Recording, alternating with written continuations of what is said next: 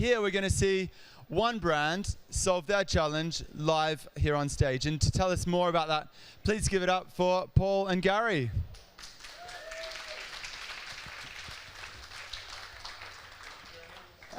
Okay. Yes. Perfect. Thank you. Good afternoon, everyone. So Gary and Paul, tell us a little bit more about what you're doing at Wickes. Yeah, sure. So maybe some of you don't know about the Wickes business, but it's one of the UK's largest home improvement retailers. Turns over about £1.6 billion. We were one of the beneficiaries of COVID, so the business has grown by about 33% since 2019. And what we observed is a new target consumer coming into the market, many of them coming into DIY for the first time. We've seen about a 40% shift in the mix of female customers and a much bigger mix of younger customers. So we kind of identified that as a huge opportunity and area for growth.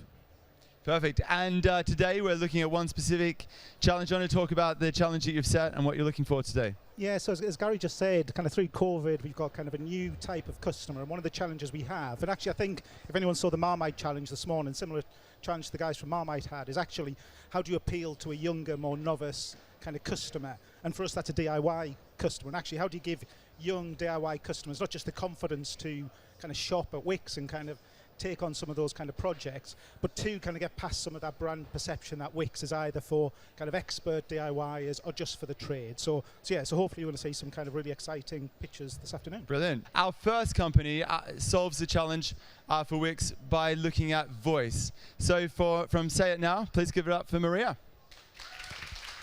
Thank you very much.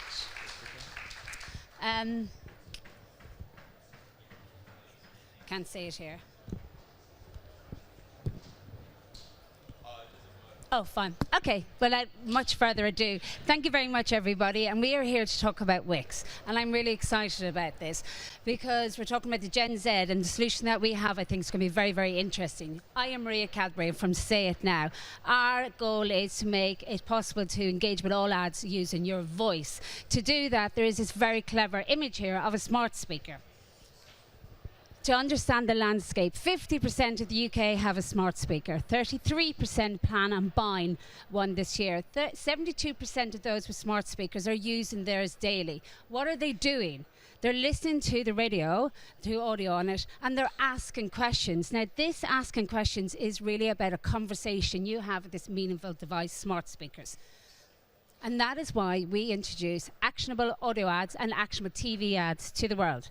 Let's look at audio. You have a 30-second industry spot. The difference with that audio ad, we put a call to action in it. Alexa, open Wickes. Now then us humans turn to our lovely smart speaker device and say, Alexa, open Wickes. And you then have this beautiful curated conversation within it. And then we have this phenomenal rich attribution data that you can get from nowhere else. And I'll go on to that on the next slide. But let's think about the challenge that Wickes has. How do you engage with the Gen Z? And it's by talking their language, which is through voice. 68% of 24 to 18, 24-year-olds have used a voice assistant in the last month. They're using it. Music search and utilities are the biggest frequency drivers of voice usage.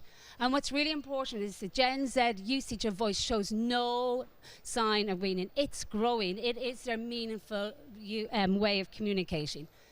So let's look at what we can do for Wickes. And this is where you think of your wonderful audio ad. But we bring it alive, talking to the Gen Z. How do you turn your house into a home? How do you actually save money, meaningful sustainability, key drivers that we're all looking for?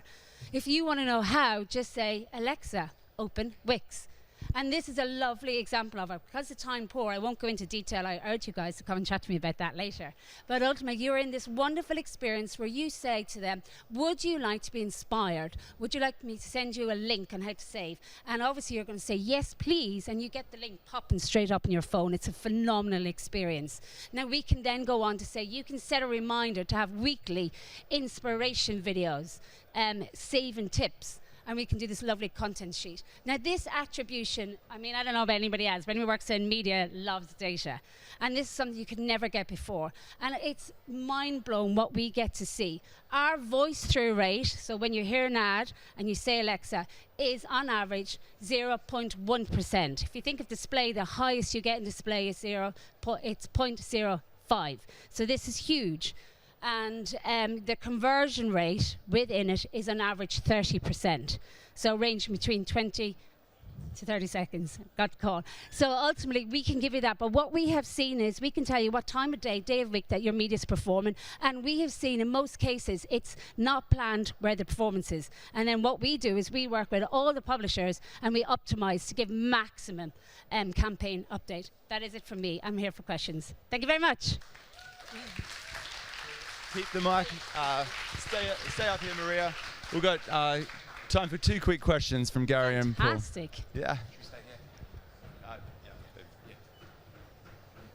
Hi Maria, really good pitch. Thank you very much. On the call to action at the end of the kind of radio slot, can you kind of tailor that as well? So rather than just kind of open Alexa, can you say, I don't know, open Alexa and tell me about your design service for kitchens? So can it be quite tailored as well, based on the ad? Do you know what you do? You weave it into the narrative.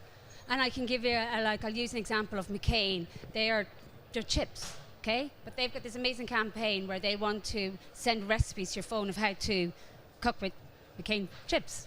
And it's phenomenal success. But the ad is all tailored, brings it alive by this kid talking to the father. And it's like, hey, Dad, you know, you can get Alexa to do it. And he's like, what? Alexa can open my bag of chips? No, Dad, you can't open the bag of chips. But if you just say Alexa, she'll then talk to you. And he goes, oh, Alexa. So you weave it into the narrative. And we work really, really closely with all creative agencies to get that narrative right, to bring the story alive.